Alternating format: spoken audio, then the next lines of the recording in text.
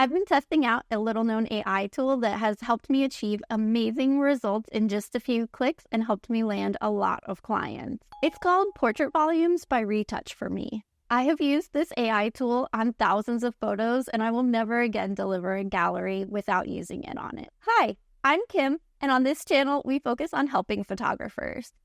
I've been using 3 plugins by Retouch for Me since April 2024, and the Portrait Volumes one is an absolute game changer. It has helped me level up my final product and differentiate me between other local photographers. But first, what the heck is a portrait volume? Essentially, Portrait Volumes creates a 3D depth map of your subject using AI. It helps create a more gradual and softer light roll-off around the 3-dimensional features to really help the facial features pop. So let's dive into 4 areas where Portrait Volumes is amazing. But before we do, Retouch for Me reached out and gave us a promo code you can use to save 20% on your order. And if you order before November 15th, you'll save 30% by using code Flannery20 at Retouch for Me.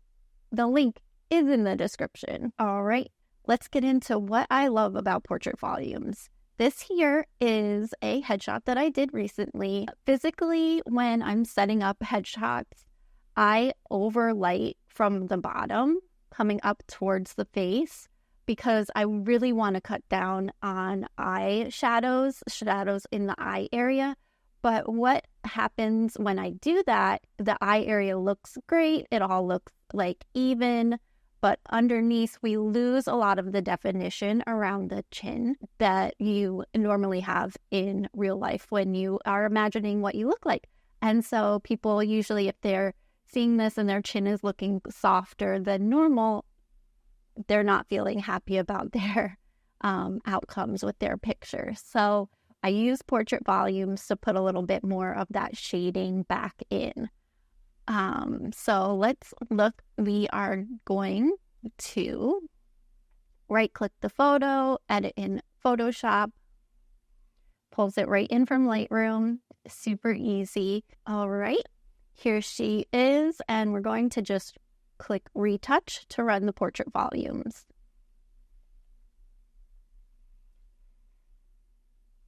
All right, easy as that. It is done. We will look now. I'll toggle it on and off to show you some of the difference with what's going on. So you can see that it has shaded her quite a bit. It's added natural contouring that we see in our 3-dimensional world, but gets kind of flattened out by the light and by the lens.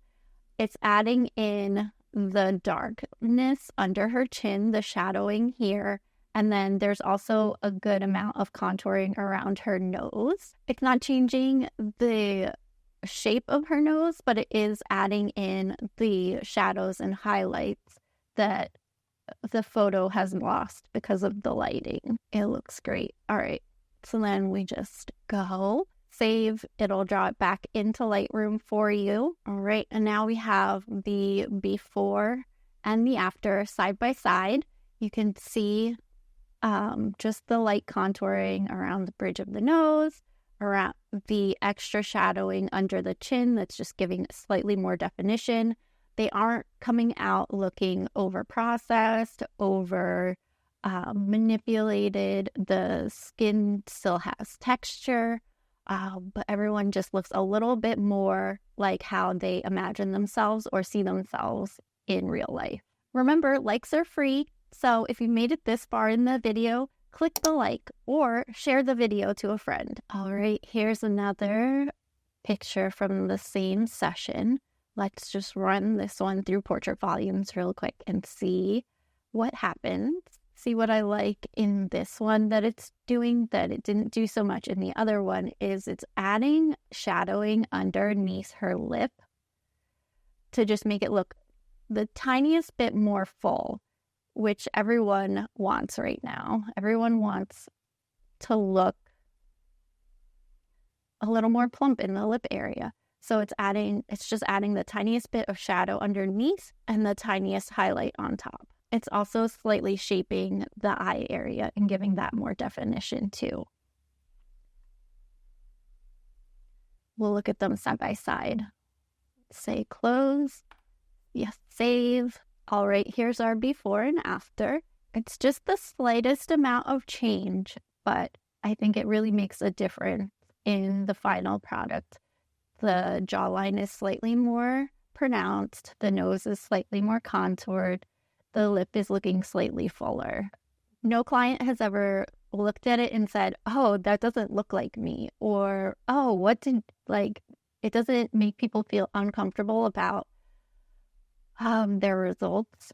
They don't feel overprocessed. All right, here is another photo of one of my clients. We will bring it over into Photoshop. Here it is. I have the portrait volume plugin turned on, and we'll just hit retouch, and there it goes. Now, if we click it on and off the layer of portrait volumes, you can see the changes that it made to her face. Let's zoom in. All right, now that we are zoomed in, here's the before and the after. The before, the after. You can see the additional shading that is added below her jawline, especially the darkening of the eyebrows, the shaping of the eye area, where before it was looking a little flat, and now her eyes look slightly more open, just with some basic contouring. Her eyes look more three-dimensional. The forehead looks shaped. It's subtle, but it looks so much more polished.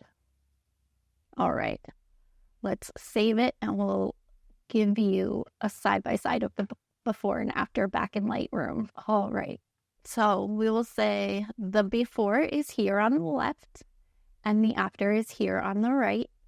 She just looks slightly more polished. It is so subtle, but the difference is big. I love it. Overall, I feel like it really brings the three-dimensionality back into your photos, and it leaves people looking the way that they think they look in real life, the way that they do look in real life. It takes some of that two-dimensional flatness out of your images. All right, if we are looking at a photo that is not straight on to camera, we're going to run the retouch for me and look at some of the struggles when your subject's not looking straight at the camera. We will zoom, zoom, zoom, move in, and we're looking at the portrait volumes. It's adding a slight amount of shading in this area, but not along the whole jawline as I would hope that it would do, and as it would normally do if the subject was straight onto the lens. It is just darkening slightly the shading under her lip, but you can just see the general shaping of her forehead area, and the eye area is much less pronounced than when you are looking at two eyes facing camera. It just works the absolute best when it's a basic headshot that the subject is close to camera, looking at camera. The one thing that does change in this photo when we're looking at the before and after from the side view is that it has smoothed out her limbs. So the skin, like here on her forearm, is looking very smoothed, where it's not as smooth in the before.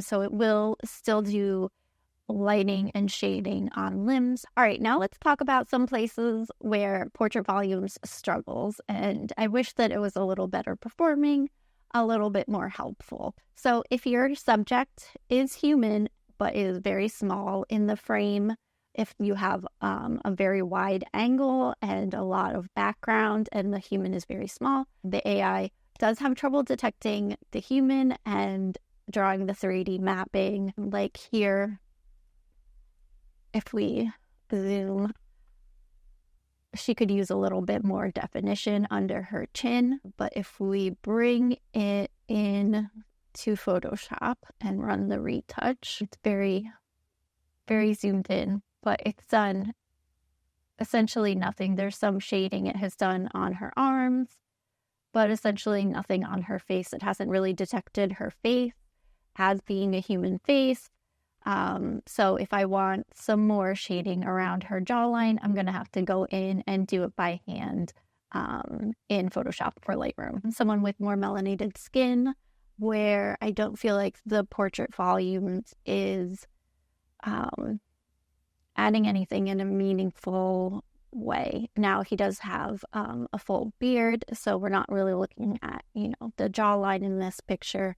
But if we're doing the before and after, it's doing a lot of shading on his jacket, which is interesting, but not a lot in here in his facial features. Not giving a lot of definition to the eye area. It's not changing his lip area at all, the way it does on people with less pigmented skin tones. Thanks so much for watching. Subscribe if you want to see more videos, and I'll catch you next time.